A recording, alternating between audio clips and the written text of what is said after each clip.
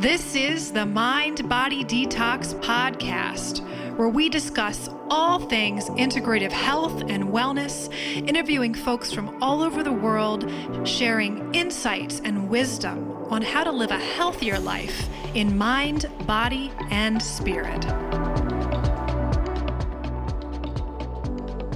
Welcome back to the Mind Body Detox Podcast, everyone. I am your host, Integrative Intuitive Medium Kara Lovehart, and today we're going to talk about human design. I know so many of you have been asking about this topic, and I've been trying to find someone, I feel like for a decade. I know it hasn't been in the forefront for a decade. It's become more popular in pop culture, and people are talking about it over the last 3 to 5 years. But I have officially found someone to interview and talk to today, and her name is Lydia Braun, and she is a human design practitioner.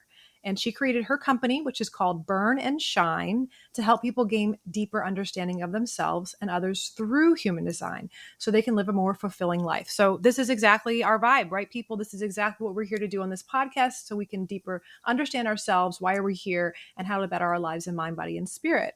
So Lydia has been immersed in human design since February of 2020, and she loves sharing it as an empowering tool to reconnect people to their authenticity. So if those of you out there have not listened to this podcast yet, this is what we talk about a lot, being our authentic selves. How can we express ourselves without the shell of who we think we should be? And I think that's fantastic that this is another tool that can help us do that.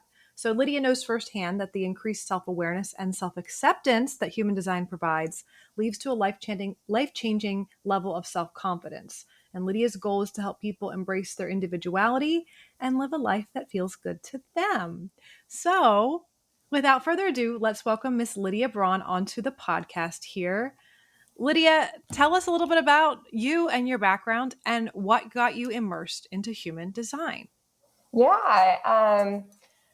So my background is actually my 9 to 5s have always been in graphic design. I worked for different companies for 5 years. I was at an ad agency that really just burnt me out. I was very frustrated in it. It just wasn't a good fit for me. It wasn't just a great fulfilling role that I was in. So I was really frustrated with that and spent so much time trying to figure out what to do. Took a lot of those personality tests, those career tests, what job would be a good fit for you. I've taken all of them and none of them really did anything for me. None of them really helped. So I was working with a therapist in February of 2020, and she had actually recommended to me looking into human design just for that level of self-understanding and self-acceptance. And once I really started looking into it, I was hooked. I was just so fascinated by it. It all really resonated with me so much. And it was the first system I had really found that actually gave me practical tools that helped me move forward and gave me some clarity and gave me a direction to go into. So ever since I found it, I just kept digging in more and more to it. And once I was really getting a grasp on my design and really aligning with my design, spreading out to the rest of the system and learning about all the other energy types, it really all just clicked for me and made so much sense. And I just wanted to share it with the world because it had been such a huge help in my life to help me sort of get unstuck in where I was at that time in my life. So when I was getting ready for this interview, I was asking you questions and sending you questions ahead of time. And I was asking, what's the difference between gene keys and human design? So I just want to let you guys know out there, I actually asked a couple of you that a lot of people thought that gene keys and human design were the same thing. And so some of you out there might be like, well, I don't even know what gene keys is, and I don't even know what this human design is, so I don't even know why we're going there. But I just wanted to say that this system in general, from what I'm aware of, it is relating to astrology in some capacity. So we did an astrology episode. I'm very into astrology as a business owner and for my personal development. So tell us a little bit about what exactly human design is and where did it come from? Like, how did it get created? And where does the foundation of this? I know it's there to help with personal development, but what is the background? Yeah, so it was originated from a man called himself Ra Uru, who in 1987, he received a download of this system. So he really took some time to sort of process this experience he had of getting this download, and didn't really start sharing it or teaching others about it until the 90s. So that's when he started spreading the word about it. And it is a system that is based on astrology. It's based on the tree of life, the chakra system, and the I Ching. So that's what it has its foundations in, but it really takes aspects of those systems and makes something that's just on a different level on its own, where it's also known as the science of differentiation, because it really emphasizes people to lean into their individuality and empowers people to live authentically and live true to themselves, because not only does that help us on an individual level, but that really builds a stronger collective. You know, the success of the collective is built when we're all our strongest as individuals. So it really highlights following your own path in life, living authentically to yourself, and really tuning into your own intuition to make decisions that are correct for you, and not, you know, listening to all of that outside chatter of what you should be doing, or that there's just one way to do this, one size fits all, there's one way to success. Human design is a system that really shows us that the more we lean into our authenticity, then the greater the collective can benefit from that for everybody. And just to, with Gene Keys, that was a system that was founded by a man named Richard Rudd. And that, I believe, is, I don't have a lot of expertise on that, but that, I believe, does focus more on related to the human design gates, which are based on the I Ching. So that's where those relations do come in. They are similar, but separate systems. I think the need for practical tools that we can take all this esoteric information, or this information when it comes to birth charts or the I Ching or even Kabbalah or the Tree of Life, or how all of this stuff interconnects. I think connecting it for people, but giving practical applications of how to use it is fantastic. And I think it's come along into the collective in a time that's more needed than ever, because a lot of the spiritual teachings, throughout the ages are always trying to help us to unravel and release and let go of these identities that we create around ourselves. The ego, they call it, having to dissolve that. And really what that is this construct of a thought form that you've created based on your society, your family, of who you should be. But the people I've ever met that are most successful and the most happy and the most joyful are those who have deconstructed those patterns through whatever tool, through meditation, through possibly the use of this system too now. Like, there's so many ways now that we can find a way to intellectually look at our programs and, quote unquote, escape from the matrix. How do we get out of that? Because when you release your identity or your attachment to that, it seems that then the natural essence of who you are and what your quote unquote purpose is, or what you're meant to be doing here, just unfolds. And that's what I've always noticed working with clients, and my own journey, is that the more you lean into who you are, that's really, you don't have to really try. There's not forcing, there's not really trying to do anything. It's like life rises to meet you. And people, when they're starting to experience this, I've seen people start saying, I'm manifesting things and all these things are happening magically. What I really am curious about, and this is just a thought, I have a feeling that it's really more people are authentically leaning into who they are and deprogramming themselves, that's what's happening. That they're in the flow now of, you could call it their dharma, of who they're supposed to be, who they're meant to be or show up here, what they're supposed to experience. And it's not a struggle. It doesn't have to be hard, and it feels magical, but it's almost like I feel like the whole time it's just that they've blocked themselves based on this box or this construction of an identity they put themselves in. So human design being a tool to help us navigate our authenticity, do you think that because we've had so much phoniness in the world, so much separation and polarization, like, what do you think that's happened in the world or is going on in the world is leading this particular system to be more popular, to have people really want to dive into it? Yeah, I think you hit on so many great points there that really relate to human design specifically, where deconditioning is a big process and part of aligning back with your design. But I mean, when we're born, right, we're naturally aligned with our design already. We don't know any other way to be but ourselves. We're already naturally functioning in every way our design is supporting us in. But yeah, it's definitely, we pick up so much conditioning throughout our lives, whether that be from caretakers, from, peers, from the media, that we get so far away from our authenticity and ourselves. We learn it's not safe to be different, right? Or to be the other, that we want to try to fit in. So I do think, yeah, human design is really gaining in popularity right now. And I do agree. I think it's because people are tired of feeling crappy, right? People are tired of feeling crappy about themselves. One, because it doesn't feel good to suppress ourselves or to keep ourselves small or to try to change ourselves. But two, I think it's also, that doesn't work, right? People are living lives like that and they're not finding success. They're not finding fulfillment. And I do think we're in a time right now where we, a lot of us have that gift of being able to really sit down and want a fulfilling life, right? We're not just having to keep our head down and grind so much. We're actually asking those bigger questions of what is purposeful to me, what does feel good, what would be fulfilling. And I think human design is such a helpful system in that it's that reminder of, this is how you came into the world. These are your gifts, these are your strengths, these are your talents, these are the ways that feel good to you naturally, and they're okay. It's okay to feel like that. Not only is it okay, but exactly, this is your key to success. It's not becoming anything more. It's not doing anything less. It's just being who you are authentically. That is your key to success. And that is your key to a purposeful and fulfilling life. And I do think we're in that time. 2020 was such a wild year for everybody, but it really also was a year where we all kind of had to pause for the most part, most of us, and it disrupted our everyday lives. So we had that chance to really rethink and relook at things and kind of move forward in our lives in a different way than what we've been doing before.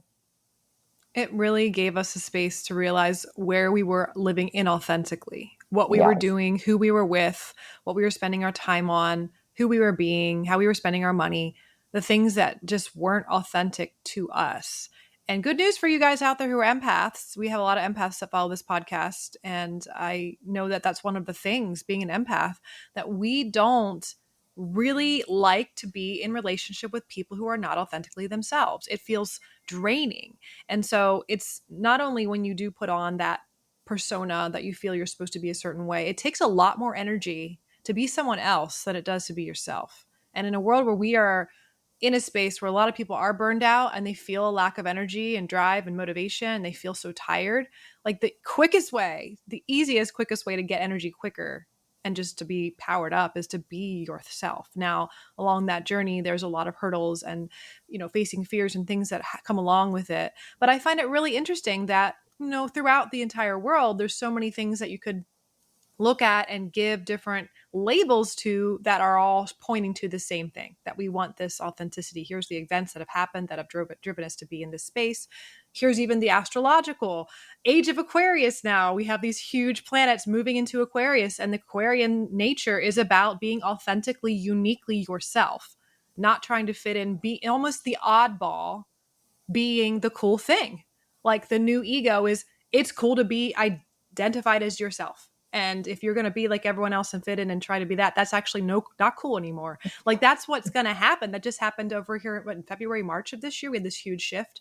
So I love that this conversation is happening now, because in the next few years, guarantee it, you're going to see on all the different social media channels and on TV, and it's going to be more elevated of a expression of a human being for people to talk about. Aren't they so unique? Aren't they so just so different? Like that's going to be the cool thing. And that makes me so excited. Yeah, totally. So how is human design different, or how does it work with astrology? What's the connection there? So I would say they do have similarities in that, like astrology, human design, we all have our own unique chart that is based on our birth details. And the planets there do influence our energy in human design as well. So every gate we have is influenced by a planet. So you and I could have the same gates within our chart, but a planet could be influencing them in yours differently than in mine. So we would be expressing that energy differently, even though we carry that same energy in that gate. So that is how it's incorporated into human design. But I would say a big thing, a difference I see within the systems themselves is astrology helps us see sort of the overreaching things of maybe a time period or whatever is going on specifically during that time for us as a collective, as Mercury being in retrograde or whatever. And then also specifically in our lives, our sun is in this house. So we can kind of see the theme that's playing out.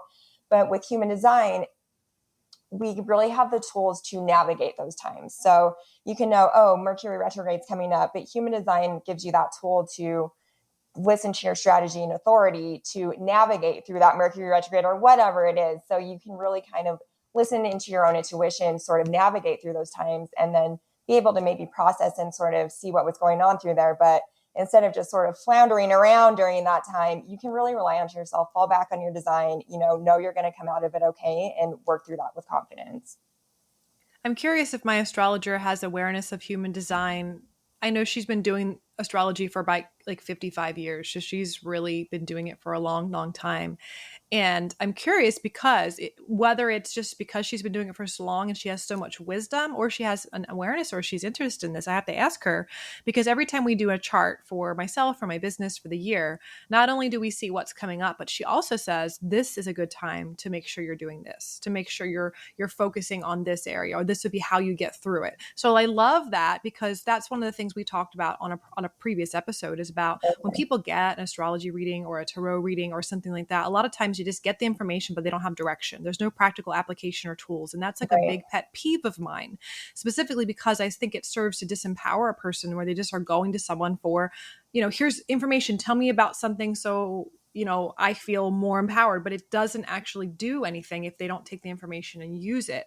So that's kind of the way that we operate, just not only at our clinic here at Firefly Hollow, but in general, what I look for in a reader. So I love that this system is developing and training practitioners of human design to do just that, because that's what I think has been missing, the missing piece for a long time in any form of reading, even if it's not considered divination, because this is, it may still be considered that, because you're utilizing charts and things like that to look at something and possibly make predictions based on the what you're seeing for human design. So it still, I think, would be considered divination. But I just think that in the past, divination has been a disempowering tool of always having to create this vampiric relationship with a reader or a teacher of some sort, that you're always going to them to get the answers, instead of it being this symbiotic, empowering, guiding mentorship that I think it's helpful. So how about, as far as the human design, does it cover like spiritual and physical health based information? Because I know that there is a form of astrology that's medical based astrology. So does the human design chart or information go into that as well?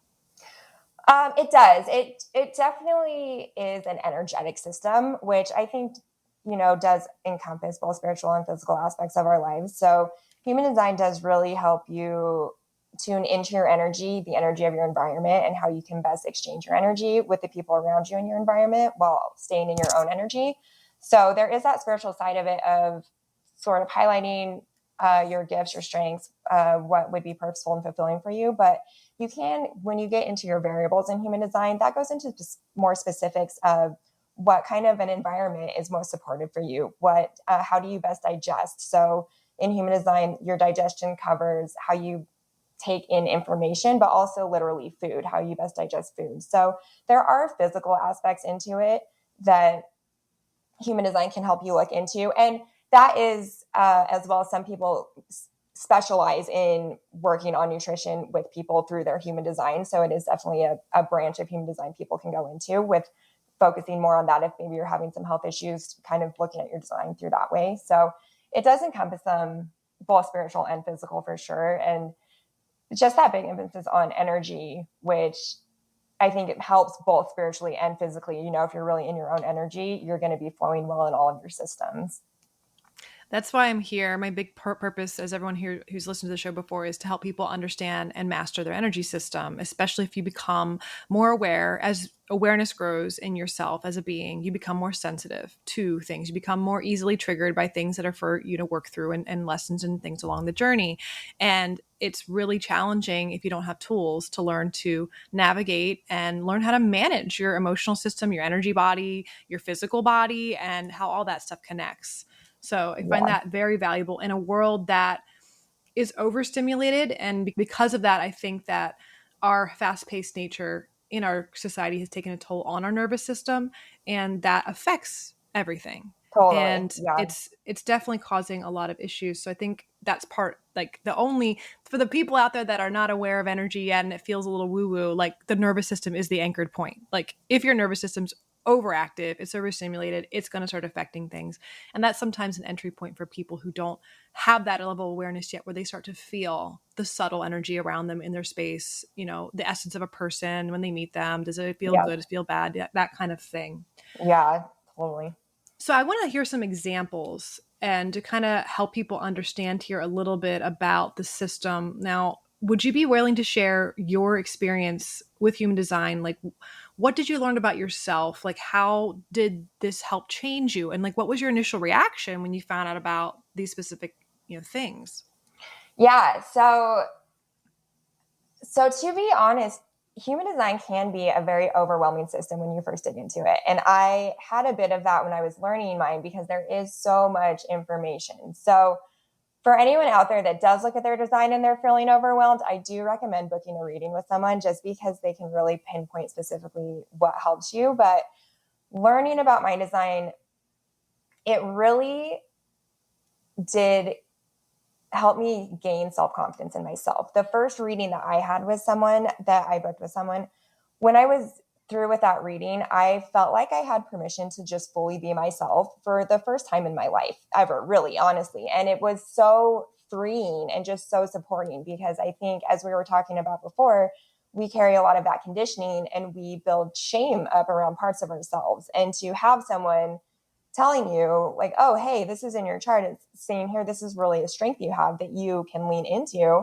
It was just so freeing to hear, okay, all these ways I naturally want to function, they're okay. It's okay for me to do that. And it's a strength I have. So for me, my energy type is that I'm a generator, which is really about doing work that you're passionate about and really loving the work that you do.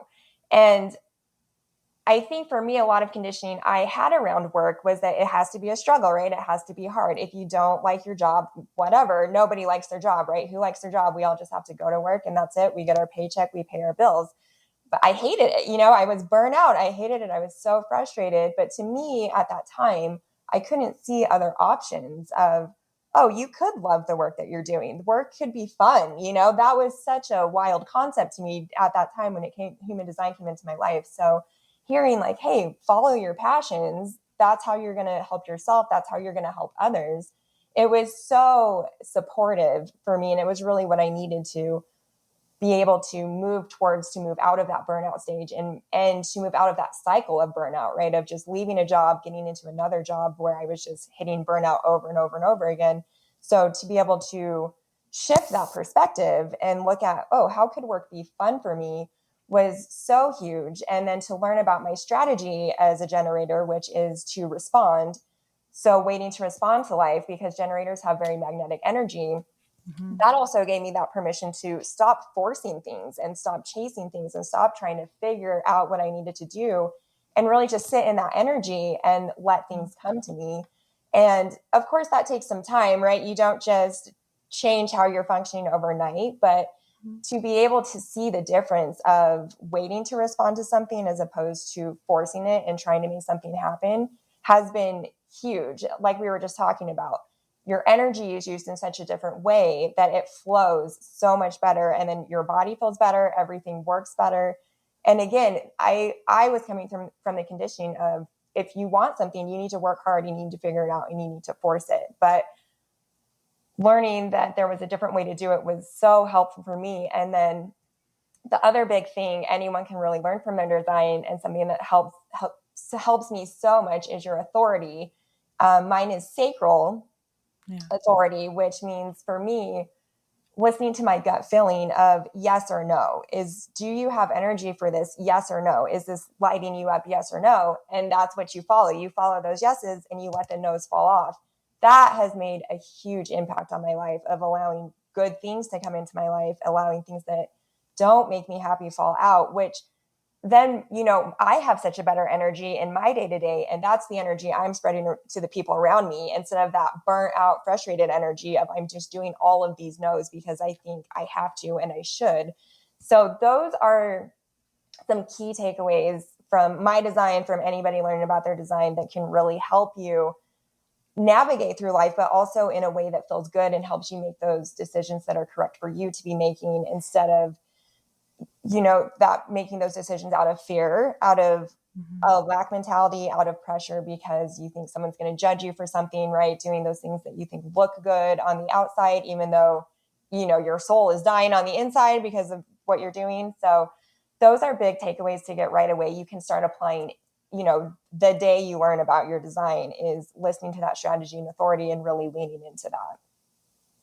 There's something really freeing about the ability to help someone eliminate their own suffering that's created through these shoulds and the pressure, because that is suffering. Like, there's still gonna be pain in life, there's still lessons, there's still challenges, but it doesn't have to be hard, it doesn't have to be a struggle, it can be easy, it can be a flow, and the suffering can be released. I think that's a huge part of my purpose on the planet, is to eliminate suffering. And I think this is just, again, another tool, because so many people, like I have a 16-year-old now, and he is at that age where he is starting to create the persona. And it's so funny because it's like, well, maybe that's part of his journey right now. We can give him all the tools and information. Unless he wants to dive into it, he's going to create that should and what I need to be doing and how I should be looking and, that kind of thing. It kind of is natural at that age. But if you have the awareness and the guidance from adults around you, or even just from friends sharing this type of work to help people release themselves from that prison, is huge. And then the other thing I like that you shared is about how much empowerment you got from your first initial reading. There's something really validating about someone you've never met before. They know nothing about you. They just get your birth information and whatever else they need for the human design, right? And then they pop it in and then they tell you something. You're like, how did they know this? This is me. This is exactly me. And so that's very validating. And there's something about that, because it goes beyond the logical understanding of what we've been taught. Like, how someone who doesn't know me know exactly the internal workings of who I am?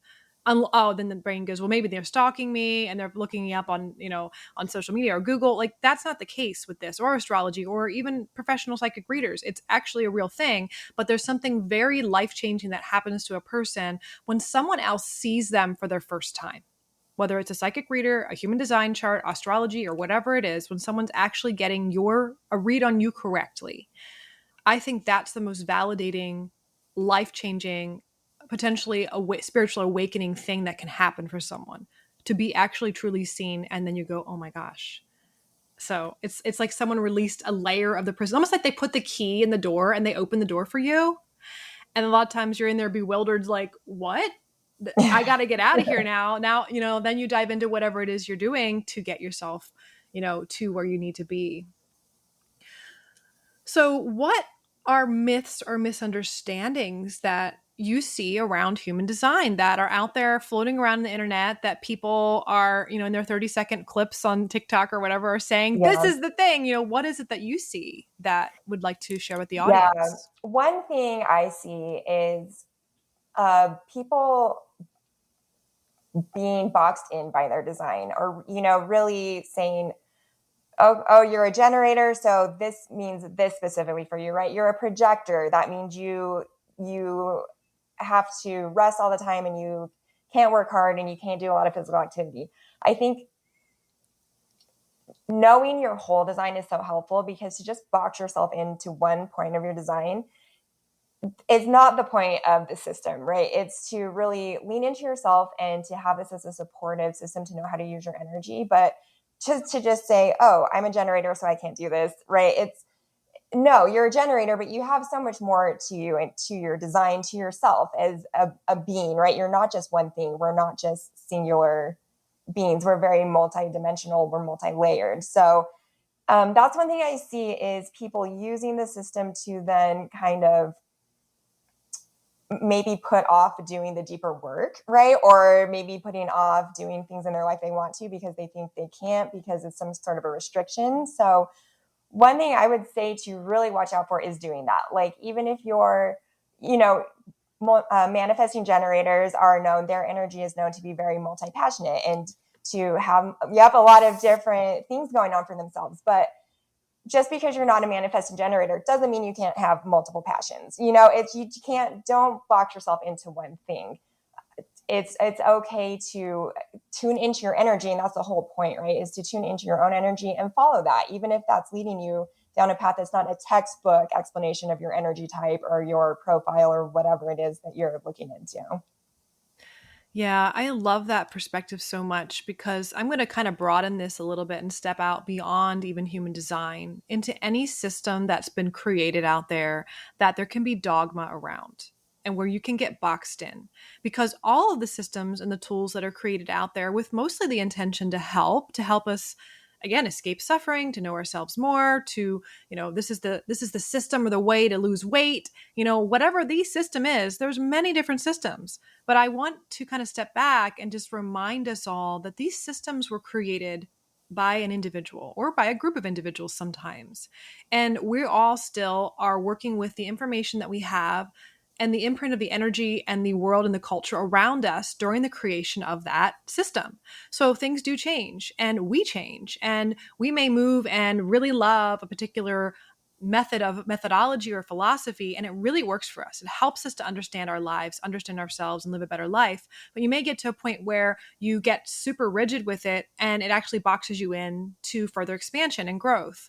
And I think that's the case with, I can speak for astrology only. We call that cookbook astrology, where you say, oh, this is my sign and this is where it is, and not understanding how it relates to the full picture of your chart and also the planetary interactions and what's happening in the world. And that's really, even that, there's even more complexities to that we can't even understand as human beings, even though we try to. And that's why all these systems they're ways for the intellectual processing of the mind to grasp something, to go, okay. So in general, my hopes for all of these systems is to get us to a point where we can further more and more let go of the intellectualization so we can just be. Yeah. Like being, true, pure being. Now, using the mind as a tool to create things and to use tasks for, but not it driving our being, driving our personas, driving, problem solving because we're based out of fear or worry or anxiety, like just allowing ourselves to be. So I love that you said that because I see that not just, they are seeing this in this human design system, but in general out there in the world, when people get rigid with the system and then they box themselves in and then they make it very cookie cutter to try to explain something so vast. And so technical and complex because it helps them when they're feeling maybe overwhelmed to dumb it down. But I think that does a disservice in general. And in general, too, any system like this that's really spiritual in nature, or you could call it esoteric or whatever, when those things when they are watered down to be able to educate and share with the masses, this is where we have a lot of people then that might have a strong egoic personality that's based around science or logic. And because they're only seeing a very small portion or facet of a system, they might completely discount it and write it off because like, well, that doesn't make any sense. That's too, and it really does create a lack of potential resource or a door for someone else that might come into the system and it might help them. So I encourage people out there when you're sharing any system that's new, or especially with people who might be skeptical about it, that you think this would really help this person. Again, you can't always convince people in your life, especially friends or family, to come into a more of an awakening in themselves if they're not ready. But when there's a system that you're trying to share with someone, that you're watering it down to make it simplified, if you're just trying to explain it, yes. But if you're trying to like preach it like this is the gospel, it really turns people off sometimes and actually closes that door for them versus opening it up. It's a possibility for them to explore because it just doesn't make sense. Yeah, totally. Yeah. And that's what I think it too, especially with human design, it really is focused on the individual, and it's that's why everyone's chart is so full and has so much information because, worrying about those basics, energy type, strategy, and authority is so helpful, but you have to remember there is a bigger picture of you, so, and that is really, I think we are seeing now too, especially a lot of people are kind of putting their own spin on the system, because a lot of the language used by the founder is kind of dense and it is sort of hard to get through. So a lot of people now it's kind of being termed pop human design, which is sort of what you're seeing out there, more of people kind of changing the language, changing terms on it, which I think in one way does help broaden the audience, where people maybe that were turned off by the complexity of the original language are then more drawn to these new terms that are coming on. But again, I think it is just making sure you're still tuning into what feels right for you and what feels good to you, and not boxing yourself in, or not just taking things at surface level if it doesn't make sense or it doesn't resonate with you. Yeah. It's so funny what you're saying, because all systems also do that, where when it becomes something that the masses are interested in, like on unconscious level, we want this. And then when people make it pop culture, they water it down, it does open up doors. And that's how all things happen. Like even thinking about yoga culture, like Yeah. the Mm-hmm. yoga in general that comes from the East is not what we have made it Right. to be in the West. And so I love that more conversations are coming up around cultural appropriation and bringing back true yoga and what it really is, and respecting its roots. Like I love that, because we don't always know that, but it did open a door, like the way that it was Yes. changed Yeah. and it was shifted so that we can adopt it into our culture. It can become something that we might actually venture into. And now possibly we can go back a little bit deeper. And that's kind of how it happened too for me personally. When I was in 8th grade, I think it was, that's when I got my first astrology book. And you know why I got my astrology book? Because I wanted to figure out how to keep my boyfriend. And I wanted to understand moon signs and Venus and all this stuff. And that makes sense from a teenage perspective of like you're using it for, yourself and figuring out how to navigate your life. But it was something that when I dove into it based on this surface level understanding, then it opened up so many doors for me. So that cookbook astrology, that surface level, that pop human design, like that's being spread, I think it's, again, if you look at it from a really zoomed out perspective, we can have a lot of polarized thoughts on, is it good, is it bad, whatever. But if you look at it from a very broad perspective, it's here to serve a purpose, to bring more awareness to it. And then I think people can then just learn discernment along their journey to find a good practitioner, Right. or someone that really works with them and resonates with them. Right. Yeah. Because I do think it's, if the information you're getting is helping you in an expansive way and not that boxed in way, like we were talking about, then great. If it's resonating, if it's helping you and it's supportive, then that's, that's great. If you're just not being boxed in by it, but it's expansive for you. Yeah.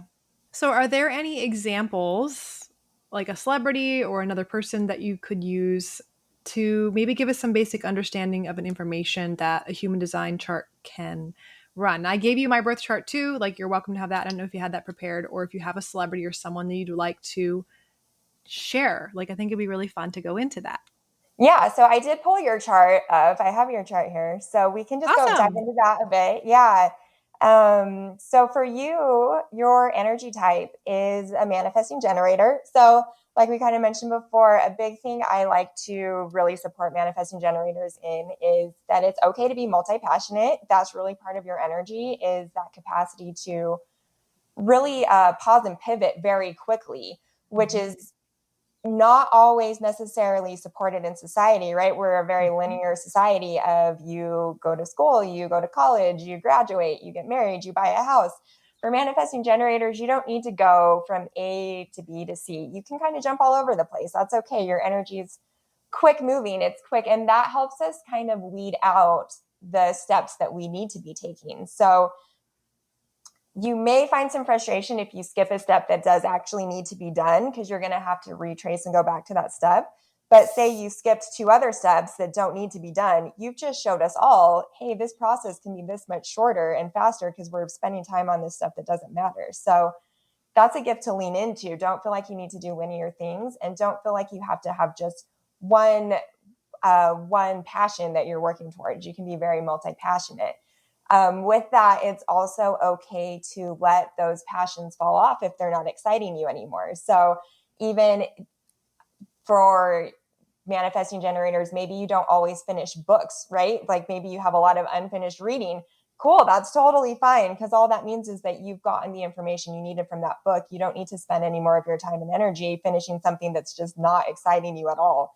So letting projects fall off is okay too, which again, in society can be seen as leaving things unfinished. But for manifesting generators, that's perfect. You don't want to be tying up your energy, wrapping up a bunch of projects that aren't exciting you or lighting you up, because then that's delaying you from getting to that next step, that next project that's going to build upon what you've taken from those other little pieces.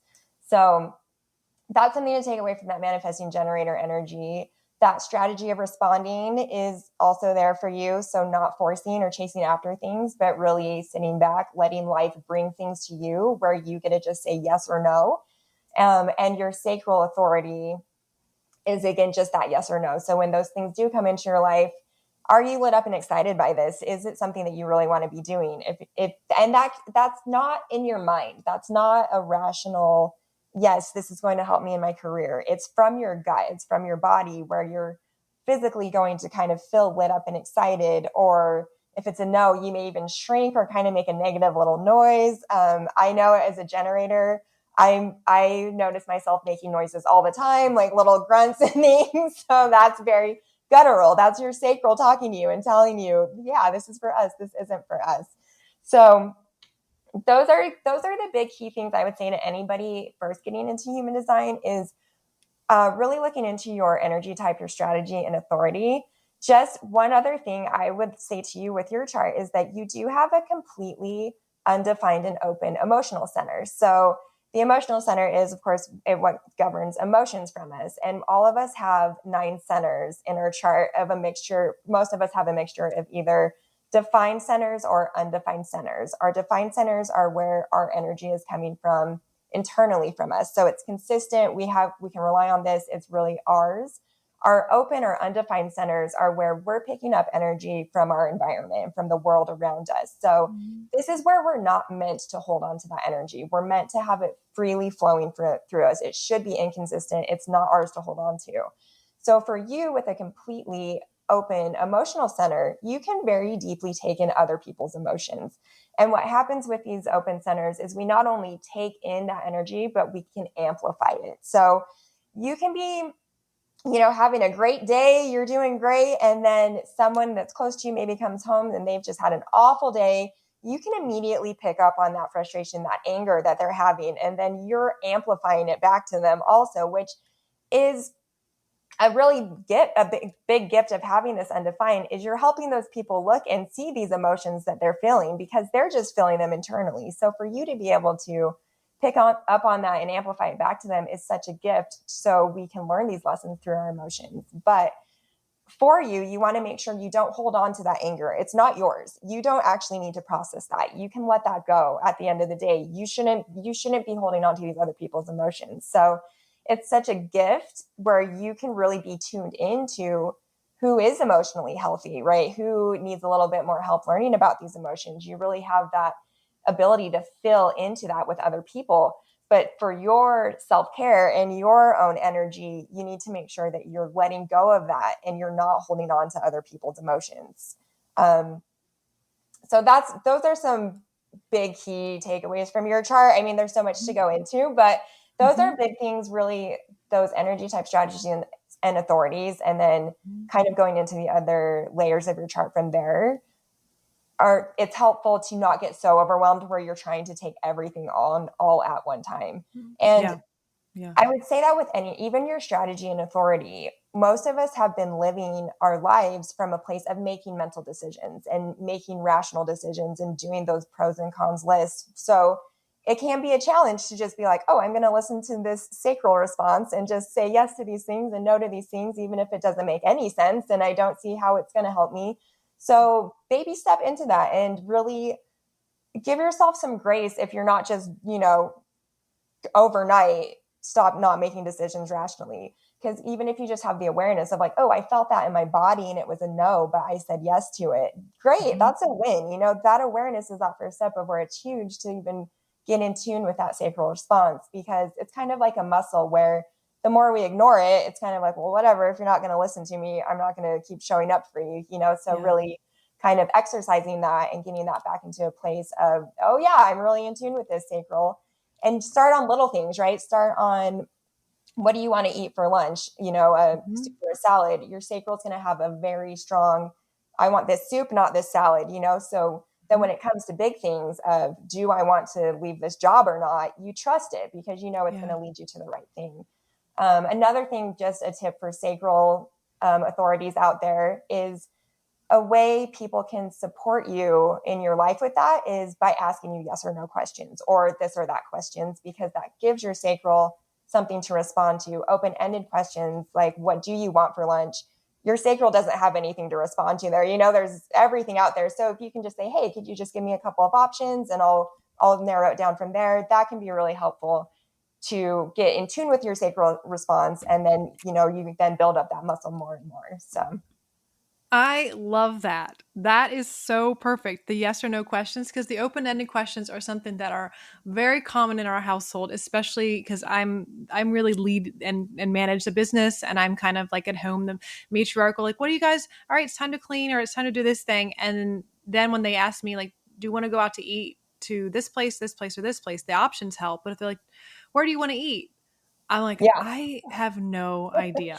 Like, Yep. and so what we've done is we made a list. A lot of times they'll pull up the list, be like, let's go to, here's the options, here's the list of places we like. And then that helps. Yeah. So I love that. So I'm going to use that so much because, what Yep. you were sharing is absolutely on point. So I think people out there who are empaths, a lot of those individuals listen to the show too, may be able to relate about, who knows how it's showing up in their chart, about absorbing the emotions of other people. And that's part of the journey here. Those of you who have listened to the episodes, that's part of the journey, being a medium and learning how to filter, how to use energy exercises and clearing, and even Kundalini yoga and food and many different ways that I separate myself from other people. But the benefit for that for me is, but you said, when I work with people one-on-one, I can pick up not just emotionally too, but just information as well. What's going on with that person emotionally? They might not be aware of. How can I then reflect it back at them so that they can have awareness themselves? Right. And that's the biggest part, that they can have that empowerment. So what you said is completely spot on. And I think that I can imagine myself years ago, if I didn't have the awareness I have and how I've learned to navigate it, hearing that for the first time from someone would be very empowering and give me permission to not absorb and try to figure out what ways I can learn to not hold on to everyone else's emotions, because that could change your life in a night, Yeah. and not overnight where you'd have to work on it, but just that awareness Yes. could be a Yeah. huge thing for people. Just that relief, that, all these feelings are not something you have to hold on to. Yeah. I think it's a relief in a way to know that all of that energy you're taking in isn't meant to stay in you all the time. So Yes. And I think for myself, I do best when I sleep alone. I have time to yep. clear, that Yes. I'm not, and I love sleeping with my partner, but a lot of times when I have that space where I go and just, by myself or he's away, it's a clearing space for me, because I feel then fully, I'm not absorbing his Yeah. stuff, because in the daytime, I've learned to consciously not absorb everyone's stuff. But when you're sleeping, you really turn off your conscious brain and you go into the space, or at least I do, where I'm not on guard anymore. You Right. could, and so I just absorb everything in my environment that's around me. Totally. So yeah. Yeah, I Yeah. love that you said that, because actually, so the founder, Ra Uruhu, he said everyone should be sleeping alone just because we do take in energy then, which isn't always popular. Some people, right, you're in a relationship, you're married, you don't want to sleep separately from your partner, but exactly like you were saying, that's your time to clear out that energy. So, and again, I mean, that's something everyone can experiment with too. All of this is something to experiment with and see what works for you and see what doesn't and see what you get the most benefit from. But I love that you kind of naturally already picked up on that, because that was a big thing of where, when we are sleeping, that it is that time for us to really clear out all that energy that's not ours. Yeah. Yeah, I think the biggest gift with, understanding my awareness and my subtle energy sensitivity is discernment. Like, it's been the biggest gift to discern, and that yes or no question, do I feel this, do I not feel it? But then having an understanding as far as what the information means and how it relates to a person. Is this person I could trust to work with in this capacity? Because everybody is different and everyone has different gifts, and, even just friendships and how Right. it all relates in general. So I'm curious about any other stories or anything else that you would like to share about how this has changed your clients' lives. Yeah, I just think really the biggest thing I see, and the reason I love it so much that I always go back to, it really just gives a level of self confidence that is life changing. Honestly, it's huge. I think I definitely also see that I think human design finds you exactly when you need it. When you are kind of done with doing things the way you've been doing it because it doesn't work, you are frustrated and you're ready for a change. And a lot of times the factor that is missing there is that self-confidence to trust yourself and to listen to yourself. And I really think that's just the biggest gift, and that's what really creates the most shifts externally in people's lives, is internally cultivating that self-confidence that comes from the self-understanding and self-acceptance that human design can give you, but also knowing, having your strategy, having your authority, these tools to lean back on in your day-to-day. That confidence grows every time you see it work, right? Every time you listen to that authority and you see, oh my gosh, this led me to this amazing thing so easily, right? Then that self-confidence builds and builds to where you're not caring about other people's judgments anymore. You don't need that external validation, because you're able to really trust yourself to follow the path that's correct for you. So I just Yeah. think that's huge. And I mean, it's it's also fun, right? It's a fun system. It's Yeah. fun to have that self-understanding, and to, once you're getting into it, it's fun to just follow your yeses. It's fun to follow those no's. It's fun to have the little things in your life light you up. So just increase joy and happiness and fulfillment and satisfaction throughout your day. It's just can be work to decondition, but it's such a light and fun way to go through life, instead of that heavy, from your mind, pros and cons, making decisions from fear and all those shoulds. So Yeah. those are really just, I think, the biggest gift it gives to anybody is that self-confidence to live your life authentically as who you are. Yeah. And I will share something personally that may resonate with the guests and that might help.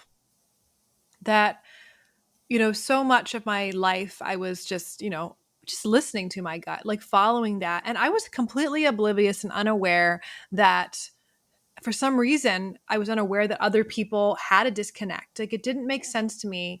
Most of my journey, being able to see energy and being able to discern, why were people not being able to connect to their higher self, higher power, whatever they want to call it? Why could they not? Like, it didn't compute. Like, I didn't even think about that until I realized one day, I'm like, why are they so sad? I don't get it.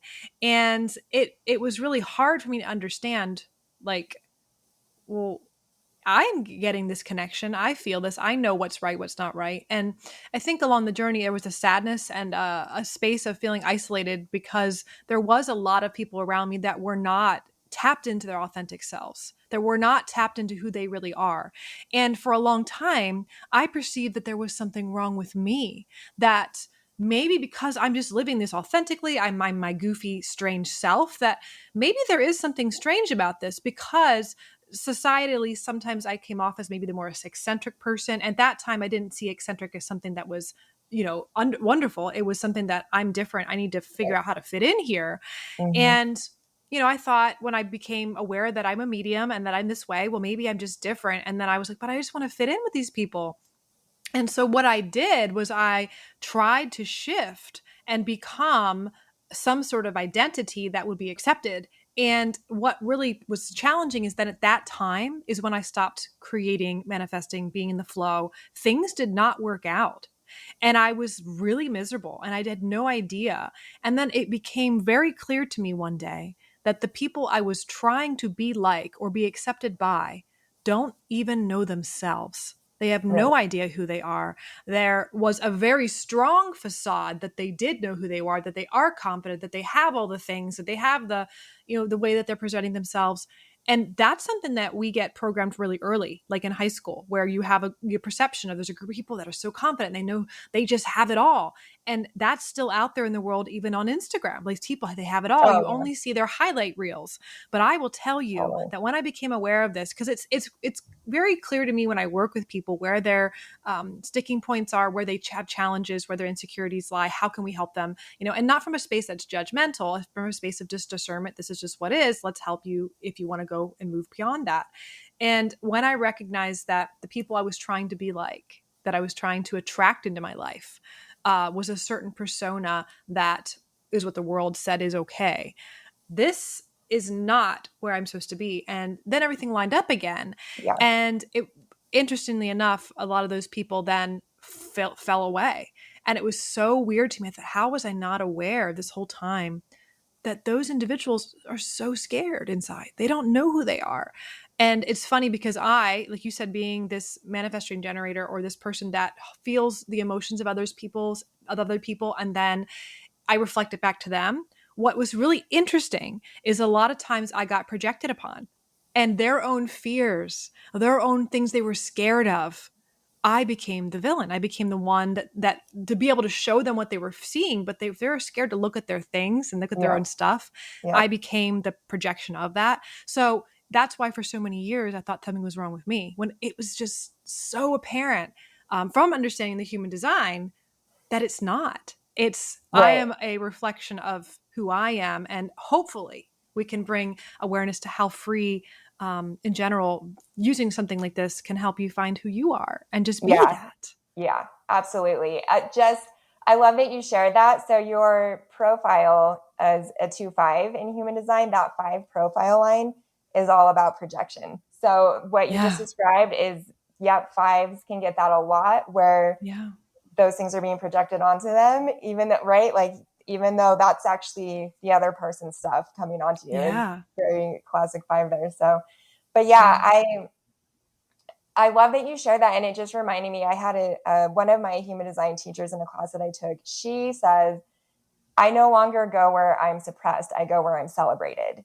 And that's huge, right? Is not, we shouldn't be trying to fit into those places where we're being suppressed. Those, listening to our energy, that is exactly where are we celebrated? Where are those people that are celebrating us? Those places we're celebrating us as we are authentically, not where are we trying to fit in with these people that don't feel good. And I think we all can relate to that. What you've just said, we've all felt like that other. We've all felt like the outsider and the person that's different, that's trying to be accepted and part of the group. I really feel like every single one of us has had an experience like that. And we should be really celebrating our authenticity and leaning into that, as a society, just in general. So yeah, yeah, I think that's definitely relatable. Everyone can kind of relate to that yeah. for sure. I will gently make a suggestion too. When you really do land who you believe you are authentically at that time in that moment, I will just gently suggest that when you find out what that is and you put a label around it, don't hold too rigid to that. Yes, I identify myself as like kind of an eccentric person now. Like this is just who I am. But if I could see anyone maybe holding on to that, like, well, I'm just an eccentric person, and almost building up that identity to a point where it's almost like that word or that label becomes then your self-confidence from a place of insecurity. Well, I'm just eccentric. I'm just this way. This is who I authentically am. From almost like a space of um guarding, or a space of reactivity, of making sure, nope, this is who I am. I've seen that happen with people when they feel that they found their authentic self and they're still not confident in just being that and not really caring still what people think. And Right. so if that comes up at all, just be aware, and there's no judgment of it. Just be aware and be soft and gentle with yourself, that maybe you're more than just this word eccentric, or this word, quiet, or this word, feminine, whatever it is. Maybe that's just an aspect, and just to sit with it and to observe yourself. Because I think that, like you talked about earlier, about boxing ourselves in, these are tools to find your authentic self, but also know that also can still grow and breathe, and let it to expand instead of becoming rigid into that. Or else sometime in your life, along the journey, life does this. The universal clue by 4 will come hit you across the head, and you'll go through this, like another awakening or awareness of having to go through the grief of losing an identity you clung so tightly to. Like, this is not who I am anymore. So I Yeah. just want to gently share that piece there, because I think that can eliminate some more suffering. Yeah, absolutely. So, how does one find a reputable human design reader? Like, what are things to look for and stay away from? And then maybe how can we learn more about services with you? I would say really, again, trust your intuition. If you're really resonating with someone, go with them, you know? And if you're not, don't go with them. Don't settle for somebody just because you think they've got, I don't know, a lot of classes under their belt or something. If you're really just not resonating with them, don't go with them. Again, like we were saying, it's really picking up a lot of steam right now. There are a lot of people that are out there doing it. So find someone that resonates with you and that feels good to you. Listen to, if they're on a podcast, check out their content, jump on a call with them, do a consult call. Most practitioners will do a free consult call with you so you can get a feel for them and see if, you do have a good energy, if you feel good with them. So one thing I would avoid and look out for is anybody that is telling you, it's going to be just a quick fix. It's like we were talking about that we've picked up so much conditioning and I mean, we're all at different areas on our journey and where we're at, but I mean, for the most part, learning about your human design can instantly be so gratifying for sure. It can be eye-opening. It can really be freeing and relieving in a lot of ways, but to kind of see those, maybe if you're looking for an external shift or looking for a lot of clarity, that deconditioning does take time. So anyone out there saying, it's going to happen for you overnight, I mean, I haven't ever seen that. So just kind of be aware of that. Yeah. But just do your own research too into it. There are a lot of resources out there. So again, just listen to yourself and do what feels good to you. Anybody can start by getting a free chart. You can go to mybodygraph.com and you can get your free chart there. You'll just need to have your birth details. The time is important. So make sure you have the correct time. But you can get a free chart from there and really start digging into it for yourself before you sort of dive in any deeper. And I would be happy to answer any questions anybody has. My website is burnandshine.co. So they can go there. My email is lydia@burnandshine.co. So I would love to connect and answer any questions or do any readings for anybody. I will put all that information in the show notes. They can go right to that if they're curious. And, from a perspective of looking for the right person, trusting your gut, everybody in this line of work, like you said, there's people that focus on the nutrition aspect of human design. So to help our guests and our audience here learning a little bit more about, what is the specific type of person that you have been working with? Like, what do you attract?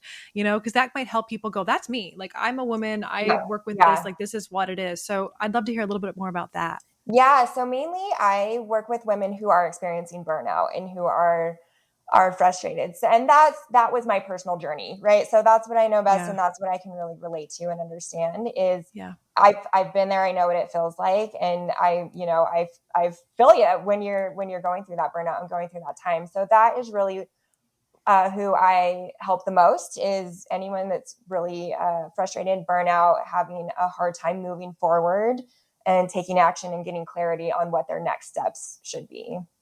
Awesome. And again, like in the same way, I have my own niche of people I work with, but, generally something like this, when you're doing something that's this expansive, you can really help so many different types of people. But there are, because I still help people that's beyond my niche, or just awareness for the audience that, if you resonate with that burnout, yes, she probably is the person for you. But then there's also more awareness if it's not where you don't resonate with that. There's absolutely more to working with just that niche or the population. Yeah, So. definitely. Thank you so much, Lydia. This has been so eye-opening for me. I'm so glad that I now know the difference between gene keys and human design instead of thinking they're the same thing. But other than that, thank you so much for coming on. We appreciate it very much. If you guys have any questions, you can reach out to Lydia directly, and I'll put the information in the show notes. I am going to finalize the show here with 2 questions that I ask all of our guests on their first episode with us. And we'll start with the first one. So, Lydia, currently, what is your favorite product, wellness topic, or self-care indulgence at this time? Like, what is it that you are loving? For the past few months, have really been loving EFT tapping. So tapping is definitely a part of my daily routine now. I love it. It helps me work through big emotions that come up for me, or, on days when everything's good. I love doing it too. I get so much clarity and emotional releases from it. So I highly recommend that to everybody. I personally have really been loving Brad Yates. He has so many videos up on YouTube, free videos, so you can tap on anything you're going through. He's great. He's got a great energy. I vibe with his energy. It's just very very lighthearted and fun. So tapping has been something that I've really been loving and indulging in a lot lately. Tapping is so amazing for recovering from anything, like working with, like it's so vast as well. I love that that's come back. It was so big in the 90s and then it went away. It disappeared. And now it came back, like this huge resurgence, and more people are aware of it. Thank goodness for the age of the internet. Yes. So I will share Brad Yates as well. I'll put that information if anyone's curious about tapping into that, because especially if you're doing in recovering from burnout, like fun and play and lightheartedness is a huge, amazing medicine for that journey. Yeah, and it can really help with deconditioning hand in hand with human design too, to really kind of release those old patterns in your body of where you're not living authentically as yourself, to really get back in alignment with your design too. I love it. We need more fun and play and lightheartedness for sure. Yeah. Last question. If you could detox one thing in your life or the world right now, what would it be? Yeah, this is such a good question. I think for me right now, I would love to see less judgment out there. Less judgment. I know I judge myself pretty harshly at times. That's something I'm working through. And just, as a society, I think there's so much judgment out there. How we've been talking about just letting people be authentic and, do play into their own strengths and talents without being judged for being the other or being different, and just being able to give more compassion to ourselves and more compassion to other people, I think would be something the world could use a lot more of right now. Yeah. And being that by releasing any judgment you carry with yourself, that's the best way to help actualize that in the world around us, because that's just being that change is really what makes a huge difference. Yeah, so, absolutely. Yeah. I agree. I think judgment is really a huge toxin right now. And I think self-judgment too, like others and the self. I mean, they're all kind of really one and the same. So yeah. Well, thank you again for answering those questions. And we're glad again having you on. But again, everybody, if you have any questions, go ahead and check out everything in the show notes. We appreciate you listening as always. And be well until next time, my friends.